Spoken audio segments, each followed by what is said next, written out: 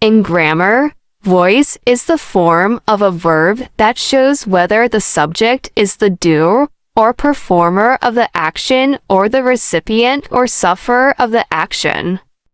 If the subject is the doer, the verb is in the active voice.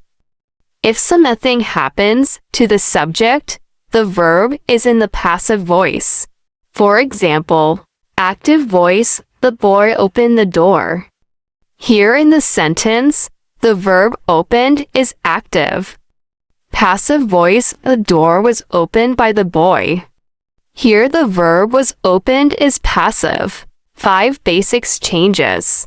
There are mainly 5 basic rules while changing active voice to passive voice. 1. The object of active voice changes into subject of passive voice and is placed in the beginning of the sentence. The subject of active voice changes into object passive voice and is placed at the end of the sentence. 2. The third form of the verb is used in passive voice. 3. Helping verb is placed according to the tenses of the sentences. 4. The preposition by is placed before the new object. 5. The subject of active voice, if it happened to be a pronoun, will change into the following.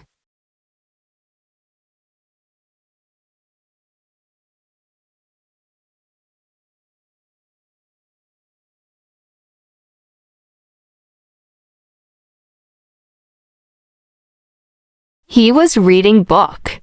Book was being read by him. The mason was making the wall. The wall was being made by the mason. They were not writing assignment. Assignment was not being written by them. Was she driving the car? Was a car being driven by her? Why was the teacher punishing them? Why were they being punished by the teacher? Who was knocking at the door? By whom was the door being knocked at?